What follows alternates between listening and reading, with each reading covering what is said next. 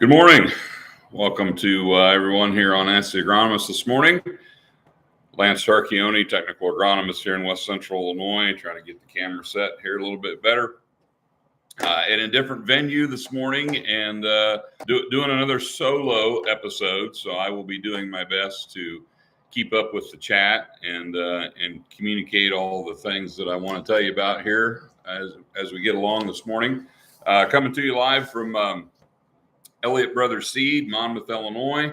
I appreciate those guys for letting me barricade myself in their office here this morning so we can get through an Ask the Agronomist uninterrupted. One other time I was here, they had an unsuspecting customer that walked through the door and found himself on YouTube. So kind of spooked him a little bit. So we got the door locked this morning, so that won't nobody will be uncomfortable. So anyway, we're going to talk. Got a lot of stuff to talk about here this morning, and please ask. Let's see. It says chat disconnected. Let me see what's going on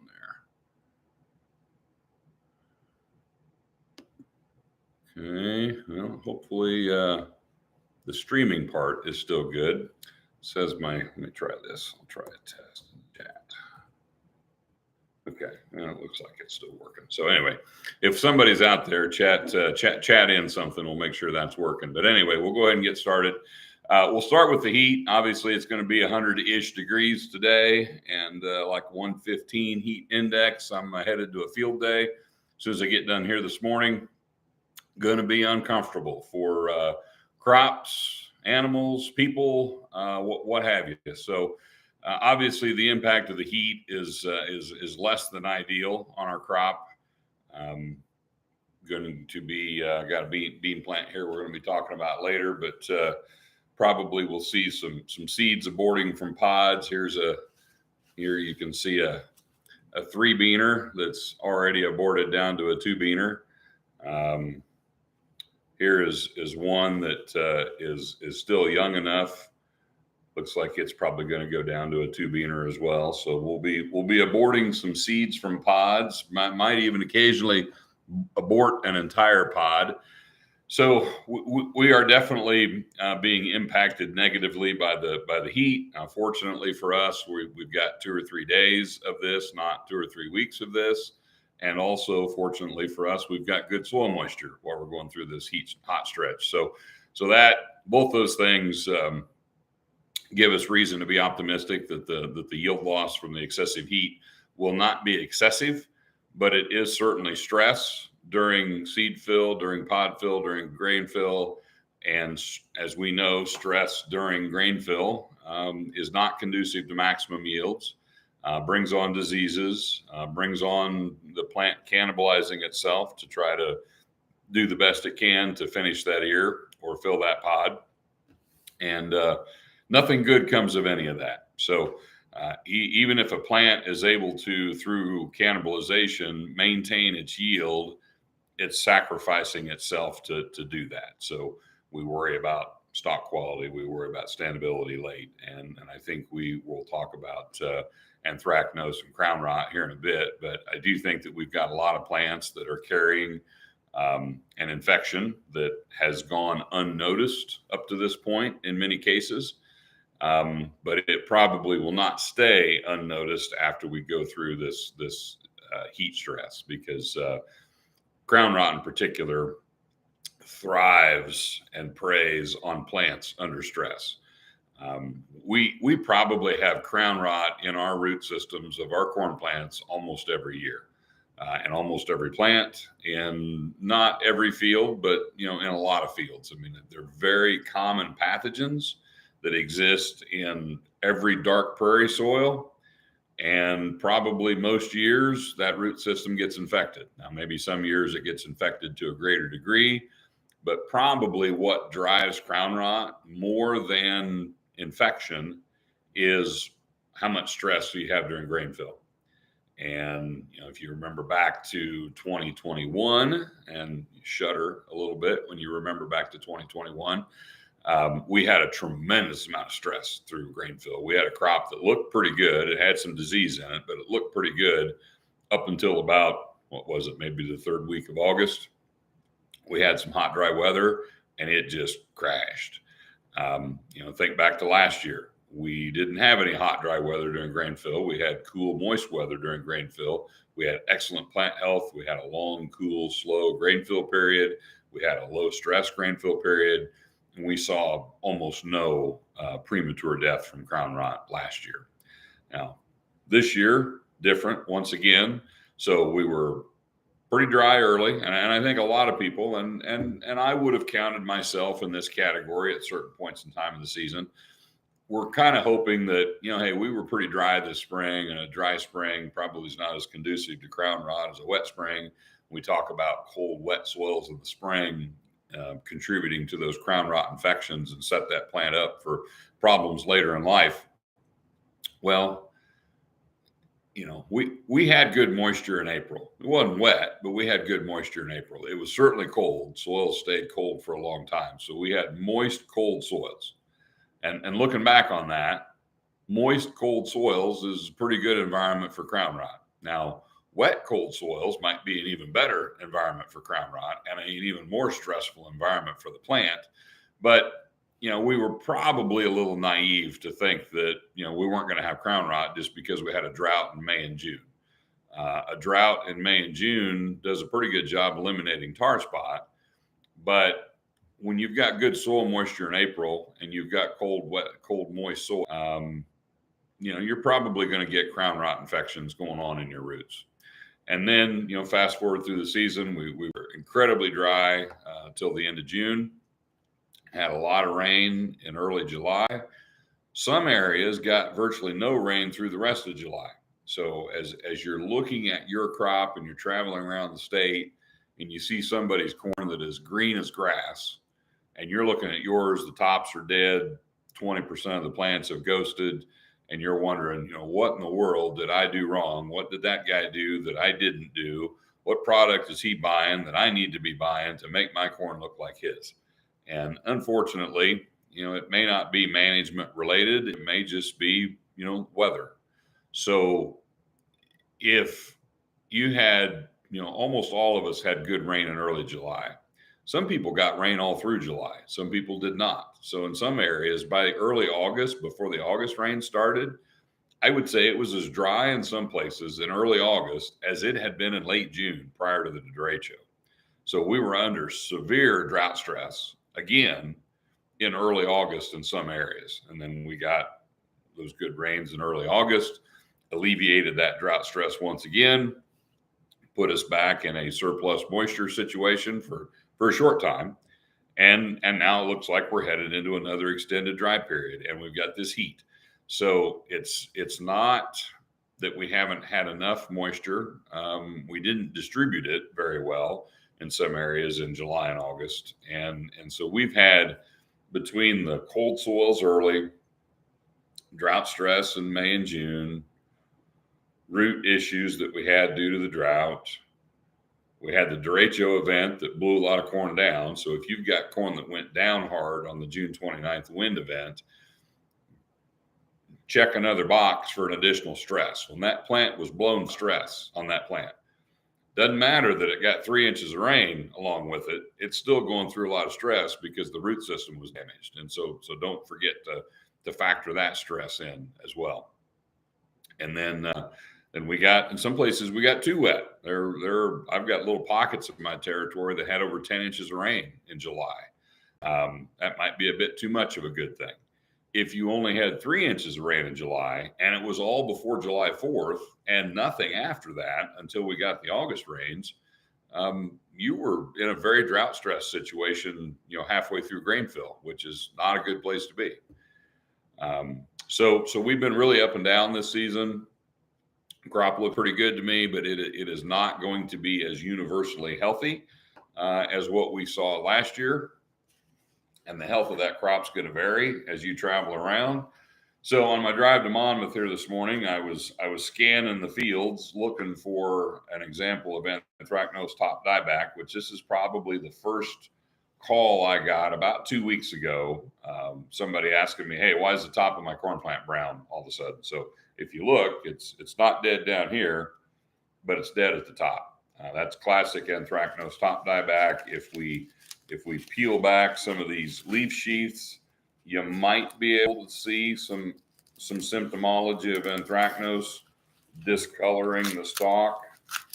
And this plant's got crown rot as well, so there's a good chance that very soon this plant's going to look like the one behind me leaning up against the wall there that's in a box, so I don't get soil all over Rick's nice office floor. But yeah, so we've certainly got some good anthracnose symptomology coming on this upper stalk, and that's fairly common to see that symptomology at the point where the plant dies. So basically, the vascular system, the plumbing in the plant that's moving nutrients and water up through the plant gets plugged up with that fungal growth, and it basically shuts off the top of the plant, suffocates the top of the plant, and it just dies. So when you see anthracnose top die back, doesn't necessarily mean that the whole plant is going to die prematurely, but it tells you that you've got anthracnose actively working in that stalk, and you have the potential for premature death of the whole plant, and you also have increased potential for stalk lodging and stalk quality issues. The ghosted plant behind me, so ghosting would be a little more severe situation. So these are the ones that you just look out there all of a sudden and realize one day, hey, that's a dead plant there. And 3 days ago, that was a green plant, and it had an upright ear, and today it's dropped its ear already. Not on the ground, but it's just dropped it down. And you can see, if you look at these leaves close, you can tell there's still a little bit of tint of green to that leaf. Now that leaf's dead, this plant's dead, but it's still got a little bit of green left in it, because this plant a few days ago would have been perfectly green. I don't see a single speck of tar spot on this plant anywhere. There's very little foliar disease of any kind on this plant. This plant would have looked beautiful a week ago. Now, it didn't feel beautiful a week ago, but it looked fine. You really couldn't see there was anything coming that was going to kill this plant. If we split this stalk, so I'll also point out on this, lot of signs of anthracnose, maybe some diplodia stalk rot. There may be, I'm guessing you'll be able to find fusarium stalk rot, gibberella stalk rot, anthracnose stalk rot, maybe diplodia. You'll be able to, there'll be a cornucopia of stalk rot pathogens impacting these plants that goes to die early. I'm going to try to split this down through the root ball here without injuring myself or making a mess, and we'll get half of this up here where we can see it.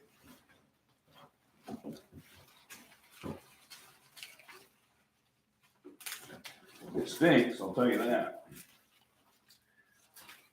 It smells rotten. Okay, so I should have brought in a healthy one for comparison, but if you see right down here in the crown, so that's the crown region of the root, how black and dark and discolored that is. That really should not be the color of shouldn't be the same color of the soil in the crown of your plant. And you can also see that the pith tissue, the cottony stuff here, is cavitated out. That's those holes. That's just an indication that it's cannibalized. It's been robbing out of that stalk to try to finish the year. This plant has not felt good for a long time. This stalk's not horribly rotten yet. You can squeeze that. It's still got some strength. The rind strength's not bad. This plant's not in danger of falling down tomorrow, but this field hasn't black layered yet either. And so by the time you're ready to harvest it, depending on what harvest moisture you're shooting for, there'll probably be some lodge plants in this field. I have been in a couple fields in McDonough County where I would say 40 to 50% of the plants have ghosted. And we'll look and see where this ear is at from a development standpoint. We'll talk about heat unit accumulation here in a minute and where we're at on maturity and when we should achieve a natural black layer, and when you might be able to harvest some corn with a tolerable moisture. Everyone defines tolerable differently. So that corn, this would have been some of the earliest planted corn around here. That is almost, if it's not black layered, it's basically the same as. Now this is also a ghosted plant. So soon as the plant dies, you will get a black. Yeah, there you go. So if you peel that cap off, see that black right there? That's Jennifer's texting me something here. Hopefully that's not a bad news that we're off the air or something like that. I'm gonna check this, so apologize. Okay. No, she's texting about something else. Scared me there for a minute. So that's the black layer. So if you've ever wondered, how you find the black layer, you just take a kernel and you peel off the end of it. So there's if I can find where to hold it so you can see it on the camera. So there's the tip of the kernel, just plucked off of the cob. And if you tear that tip off, and it's dark in there. Now I pulled it off, kind of came off on the wrong piece there. This one did not really have a complete black layer formed yet. And you'll find that not every kernel on the ear black layers at the same time. And this corn is probably at that famous, what some of the big farmers refer to as gray layer, which what that is, that's a big guy that wants to go get some corn picked, and his corn's not quite ready yet, but it's ready enough to get through the combine. So I would say this is probably what I would consider to be gray layer corn. You can find a black layer here or there. There's a really faint one on some of these, but this plant is essentially physiologically mature. So even though this plant died a few days early, it's not going to suffer a tremendous amount of yield loss because of that, because it was, it almost lived long enough to make it all the way to a true black layer. So you can see that's a respectable ear of corn. It pollinated well, it filled well. Kernel size is not monstrous, but it's not horrible. So there's been some yield loss here because of the plant, the health issues that this plant was struggling with, but that's not bad. And I picked one of the sicker plants in the field to do this demonstration as well. So there was a lot of plants around that plant that are not going to die early. They're going to maintain good stock quality. They're going to have even higher yield potential than this one. And so this is, it's a pretty good field of corn. This Monmouth area is, there's not much around Monmouth that's not going to be pretty good corn, but it's not perfectly healthy. And I think after this heat stretch, I think you're going to see some other fields that start to deteriorate, start to fall apart, start to lose their green color. And I think some of these fields are going to go pretty fast. I think planting date will play a big role in that. While we're talking about planting date, we'll get into a little bit of heat unit data that I pulled this morning. So, and this was kind of interesting. I had not ran this for a long time, but this is Springfield, Peoria, and Moline heat unit accumulation through yesterday for 4 theoretical planting dates. Now, not many of you had corn in the ground by April 5th. Some did. There was a little bit of corn planted in March as you went down towards the Springfield, Jacksonville area. 15th of April, there was a lot of guys rolling by then around here. Between the 15th and the 25th, there would have been a lot of corn planted in some areas. And a lot of people were wrapping up by early May. So I just ran these 4 dates, 10 days apart. So April 5th, 15th, 25th, and May 5th. And you can kind of look at where you would land in there. You might be surprised at how little difference there is between Springfield, Peoria, and Moline. And curiously, Peoria is actually the high one. So I don't know exactly. I don't know if they had a few more hot days, a few more clear days, a few more I don't know what days. They got a problem with the thermometer at the weather station. I'm not exactly sure why Peoria was warmer than Springfield, and actually it's not that Peoria is warm. It's kind of Springfield's cool, because you'll notice there's almost no difference between Moline and Springfield, which is very rare.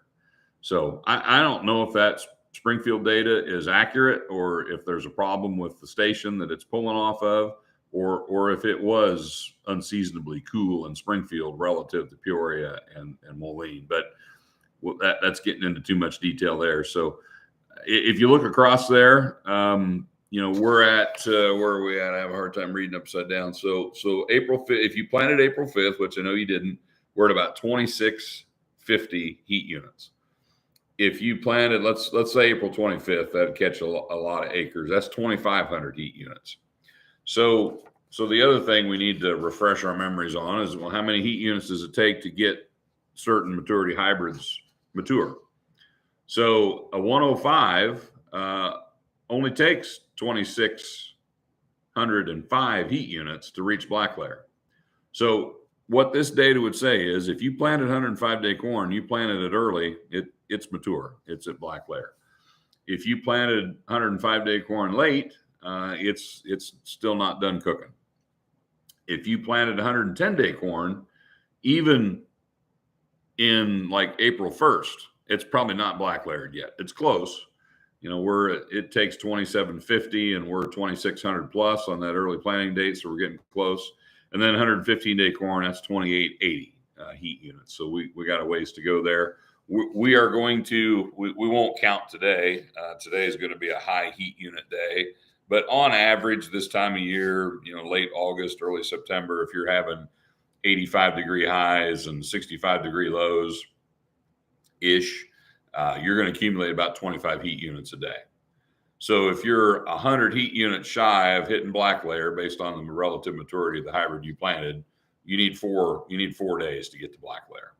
And then you can start doing more math. You figure out what day reach black layer. Well, at black layer, you can assume your corn's going to be about 32% moisture. That varies, but we'll say 32 for round easy figuring.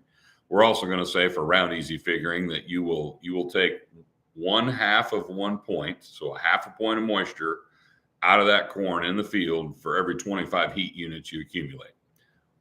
That also varies. So there are situations where you could probably take a point of moisture out in 25 heat units. Other situations, it would be less than 1/2 point. So we'll use 1/2 point for an average. So if you black layer at 32 and you want to start picking corn at 25, that means you need to take 7 points of moisture out. And if you're going to get 1/2 point a day, that means 2 weeks. So in theory, if you know the day that your corn's going to black layer and you need 2 weeks of field drying after that date, you can kind of put a target date out there. And I think for most of us that did not plant April 1st and have had enough moisture that our crop's not dying prematurely due to stress, we're looking at a black layer that happens sometime between now and Labor Day. And we're looking at 25% corn second, third week of September. Now, that depends a lot on the weather. So if we end up hot and dry from here on out, that'll speed that up a little bit. If we cool back down and stay moist, it might slow that down a little bit. But a week, 2 weeks ago, I think everybody thought it was going to be a late harvest.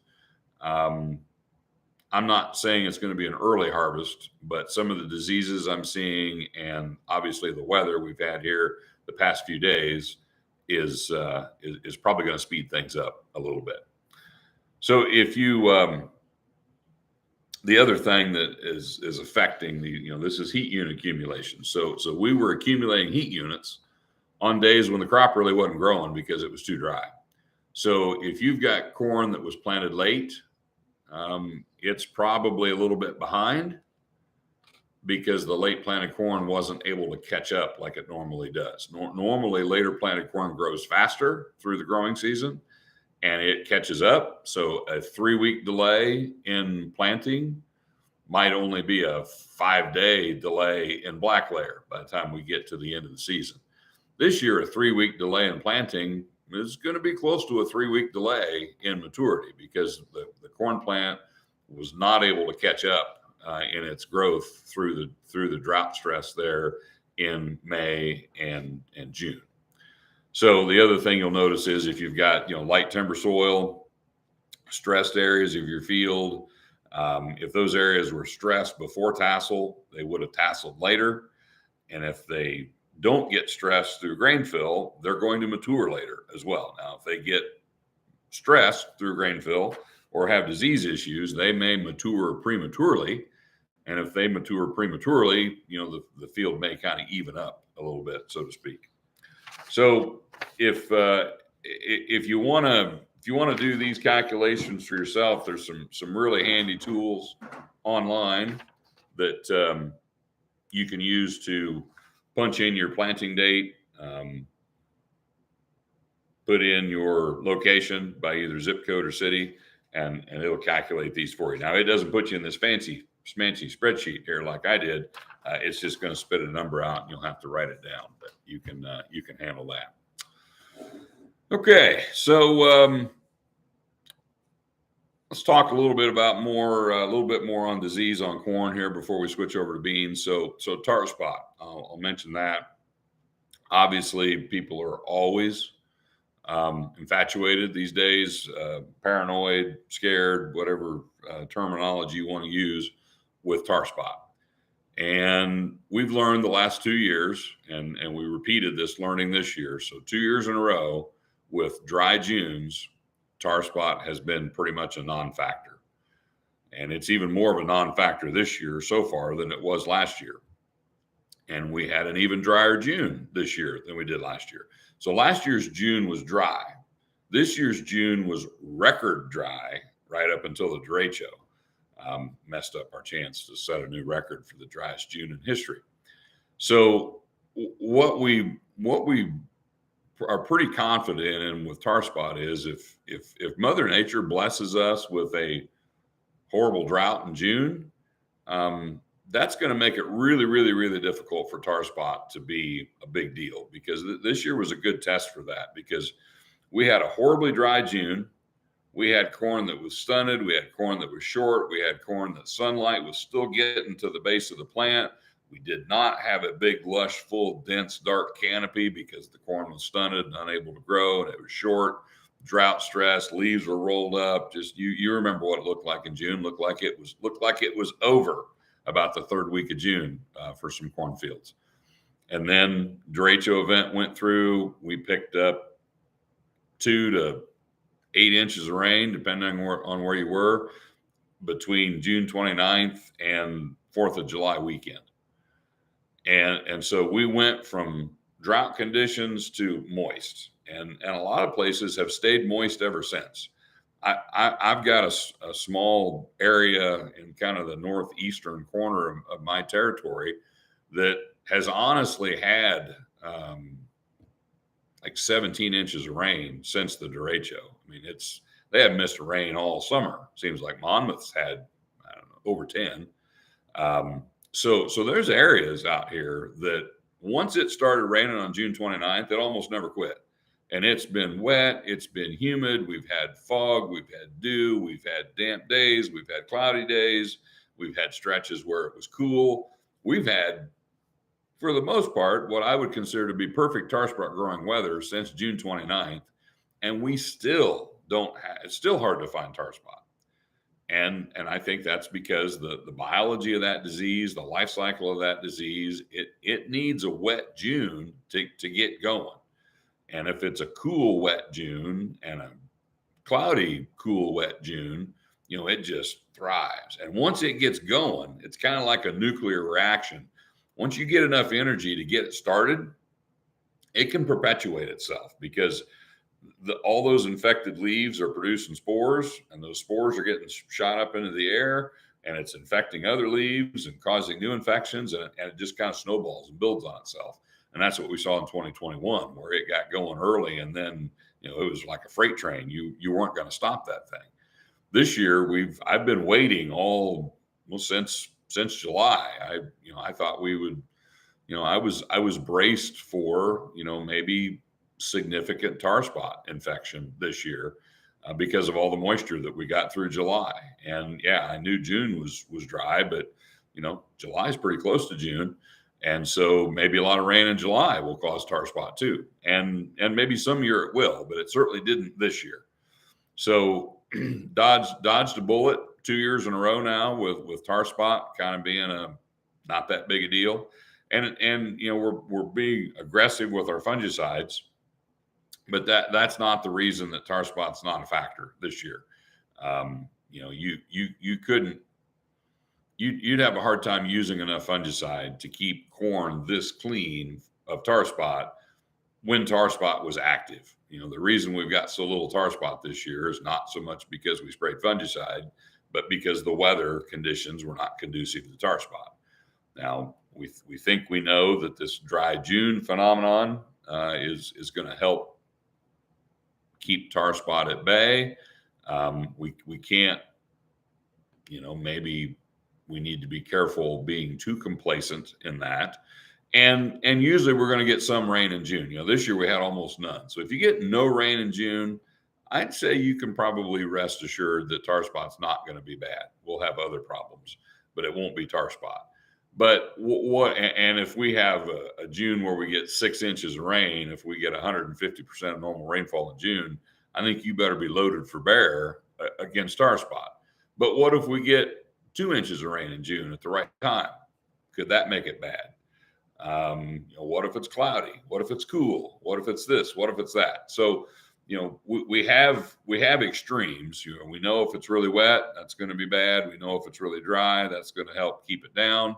But if you're somewhere in between, which law of averages, you're on the average, you're usually closer to average. So that's where it's going to be a bit of a difficult judgment call. So we're going to want to stay on our good fungicide program, which a good fungicide program is an application at tassel, not an application at brown silk, not an application at R3. It's at tassel. So VTR1 is when we want to be making that main fungicide application. If you want to make some early vegetative stuff, I like that. I do that on my own farm. That's not for tar spot. That's for overall plant health, yield, other things. Maybe help suppress crown rot a little bit. And then in a bad tar spot year, we may be talking to you about a R3, R4 application.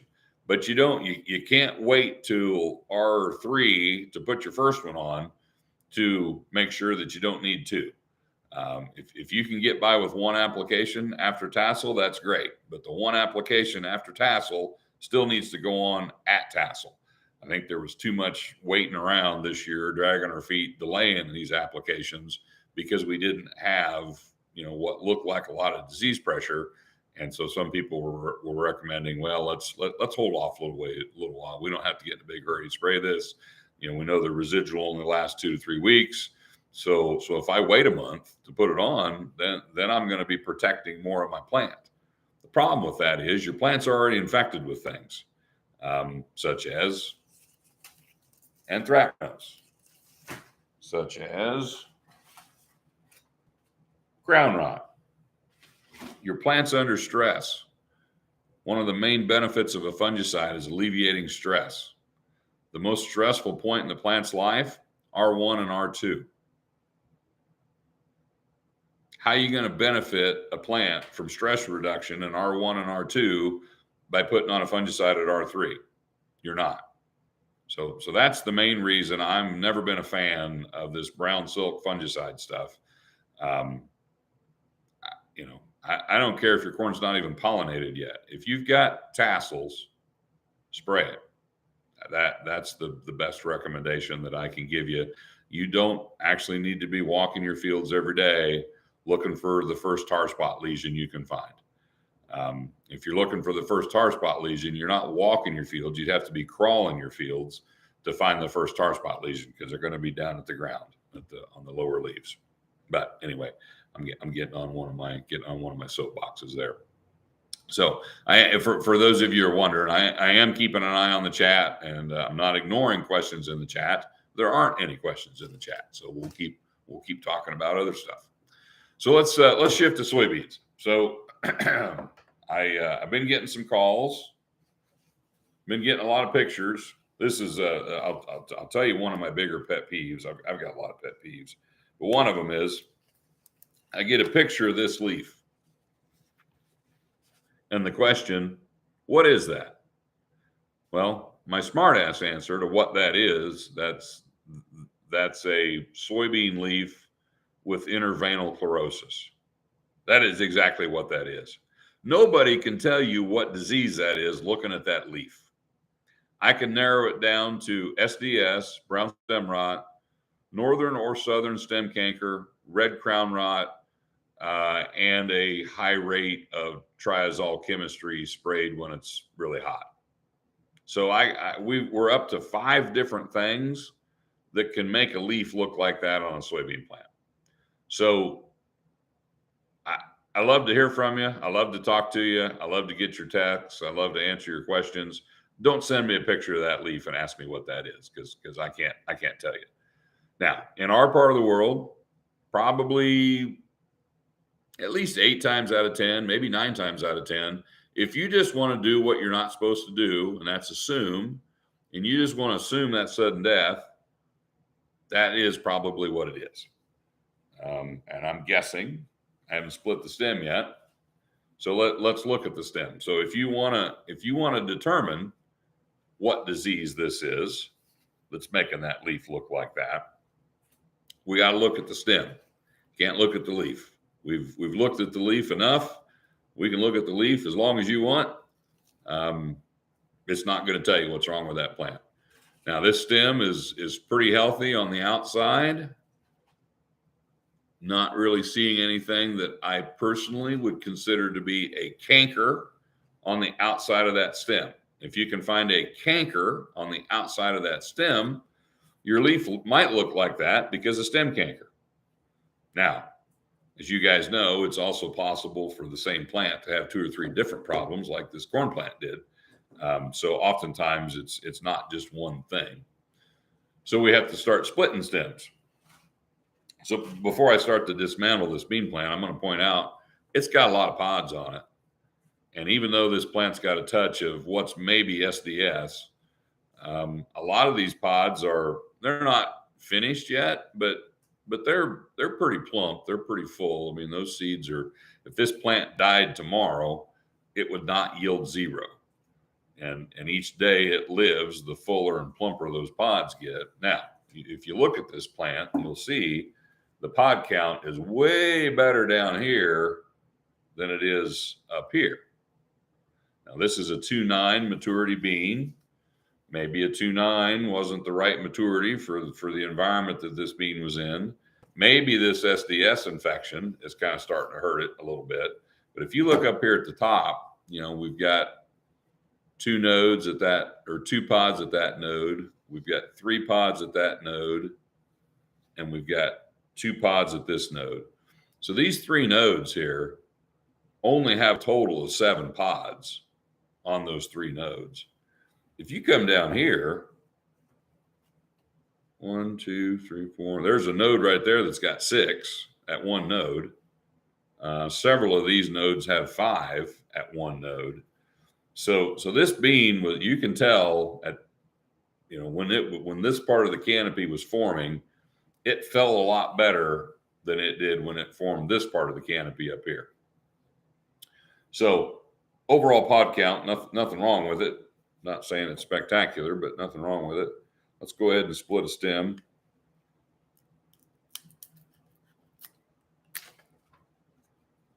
Making a mess here. Should have cleaned my knife off before I did that, because now I smeared mud inside the stem, and I'm going to be looking for a dark discoloration in the stem. And if you put mud in the stem, that's going to make it dark, which that's what that is right there. So, okay. So the 2 things you want to look at in a stem, the pith and the cortex. The pith We'll use the small half. It's easier. So the pith is the hollow part in the center. So right here in the center, the hollow part in the center, you see how it looks kind of cottony white right there? If you get it split right, it'll be white and cottony in the center of that pith. If you see any brown discoloration, any they call it laddering when the pith starts to disintegrate and fall apart, and it'll break apart in little chunks, and it kind of looks like steps on a ladder going up the pith. That's brown stem rot. So I don't see any signs of brown stem rot in here. I also don't see a lot of what's real characteristic of SDS. For SDS, we want to look at the cortex, which that's the outside of the stem. It's everything but the pith. This should be whitish, greenish, whiter green or good, tan or brown or gray, bad. And I can see right here an area that to me looks like it's getting a little tannish, a little brownish color. And if you get discoloration in the outside of the stem or the cortex, outside of the pith, that's where SDS is going to be, showing up.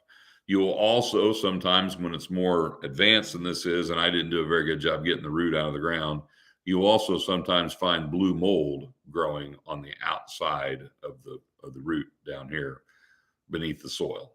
Don't see that now either. Other symptomology of SDS as it gets more advanced, it's fairly common for the leaves to drop off. So these would be the leaflets. So if you end up with the leaves coming off and the petiole stays on, that's also characteristic of SDS. Whereas if the plant matures naturally, normally, the whole petiole will drop off and you won't have that. It kind of we call it a skeletonized look. If all the leaves fall off and all the petioles stay on, the plant just looks different than if it matured normally. So that's another characteristic of SDS. So to make a positive identification on any disease, you probably have to look at more than one thing, and you cannot diagnose SDS off the leaves. There are just too many things that make a leaf look like a plant with SDS to tell them apart. So anyway, we are seeing a fair amount of SDS showing up in areas. Tends to correlate to the areas that have had more rain, which that makes perfect sense. That's the way SDS always works. If we'd have been wetter earlier, it would have been worse.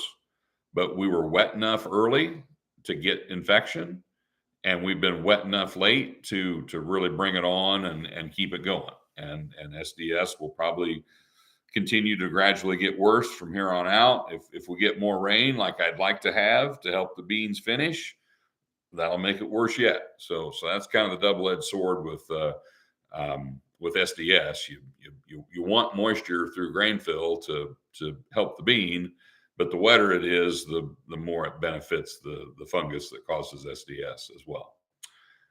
White mold as well. So it might surprise you that we've been dry a lot this year, but in the air, especially in the areas that have had just buku rain in July and August, there's a lot of white mold showing up. So white mold will typically show itself first as individual scattered, completely dead plants. So we call sudden death because the plant dies suddenly. A white mold infected plant dies even more suddenly than an SDS plant does. So they die so fast, they usually don't get this interveinal chlorosis because the whole thing just shuts down. Kind of a little bit like ghosting with crown rot and corn. SDS it's a fusarium as well, related pathogen to what's involved in crown rot and corn. And to me, SDS and crown rot are a little bit analogous to each other. They're two different diseases, two different funguses, but they are both fusariums, and they do work a little bit the same way and are favored by some of the same conditions. They both infect early in the season. They both don't show up till late in the season. They both show up in response to stress through grain fill. So there are some similarities between those two. But anyway, back to white mold. You'll see it in overplanted areas. So if you notice in your overlap areas and your end rows are lodged, that's where you'll see more white mold. Bean fields that got big and tall and rank will tend to have more white mold. Low-lying wet areas, fields that have had a history of white mold, but you need a lot of vegetation, you need a lot of moisture, and we are seeing quite a bit of. I don't know if it's going to be yield impacting, but there's certainly enough there that it's easy to find. So we'll talk a little bit about disease management, I guess, because I think there's probably going to be some folks, and I've already had these conversations with a few people that are frustrated that, hey, I put an SDS seed treatment on my beans, paid an extra $15 an acre to protect my plant from SDS, and I've got SDS. What the hell? I was with a grower the other day who sprayed fungicide twice. He sprayed fungicide early vegetative. He sprayed fungicide at after tassel, actually quite a ways after tassel.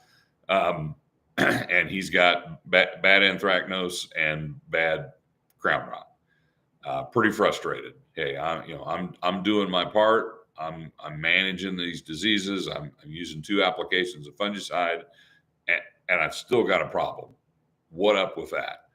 So the concept that I would like to share with you is one that I call, ignoring versus reducing versus managing versus controlling versus eliminating a disease. We tend to think like there's 2 options. There's you do nothing, you ignore it, or you do something which eliminates it. Reality is there's do nothing and ignore it, or do you want to do a little bit to try to prevent it? So maybe you reduce the disease pressure. We do that a lot.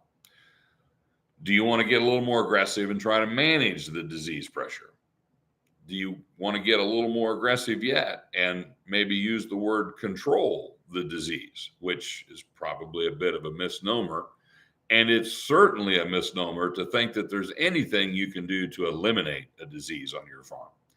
So when you do a practice to, in your mind, prevent a disease, what you're really doing is reducing the severity of the disease, hopefully.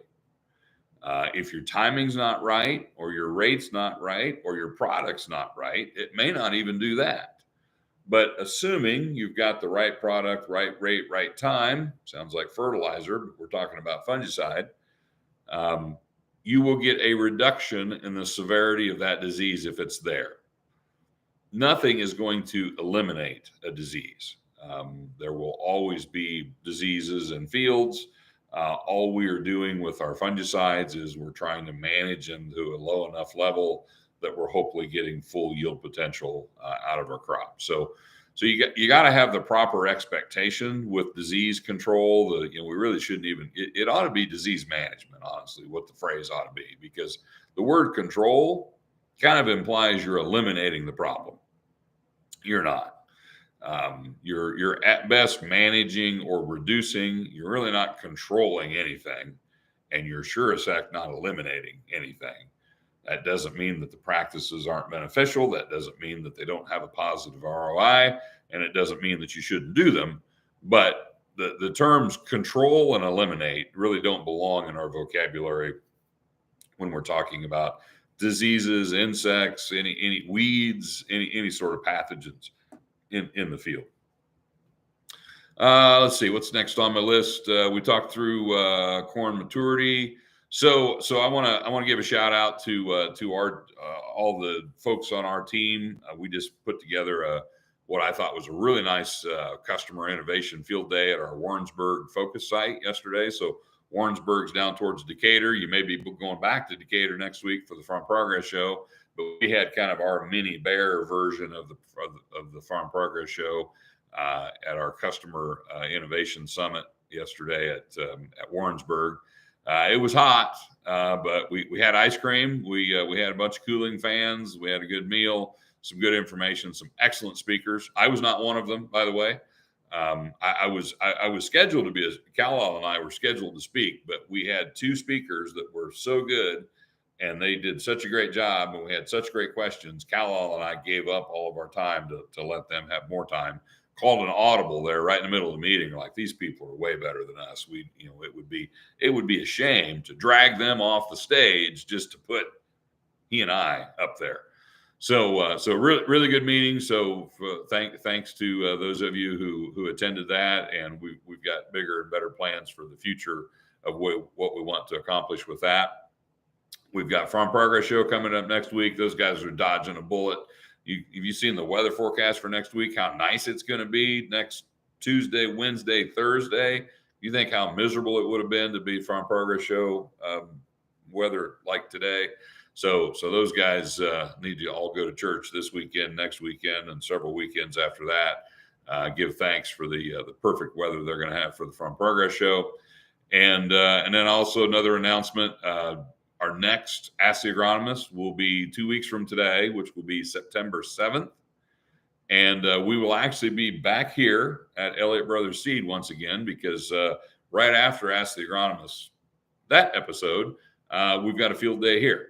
So I need to stay close on site here. So we'll be doing our next episode here from the conference room at Elliott Brothers Seed as well. So hopefully you got something out of this. We had a light crowd, no questions here this morning. So it's kind of an indication that you really miss Adam and Jennifer being here, because it seems like it's a lot more lively and a lot more fun. And Jennifer always tells me the episodes where I have a guest are way better. And apparently the episodes where I have producers helping me are way better too. So hopefully you'll pick this up on the recording, and we will be back with you again in 2 weeks. Everybody stay hydrated through the rest of today. Sounds like we got one more god awful day today. Tomorrow, just kind of a normal hot August day, and then pretty pleasant for the next week or so. So looking forward to that. So thanks for joining me here. Everybody stay safe, stay hydrated, stay cool if you can, and we'll see you in 2 weeks. Thanks.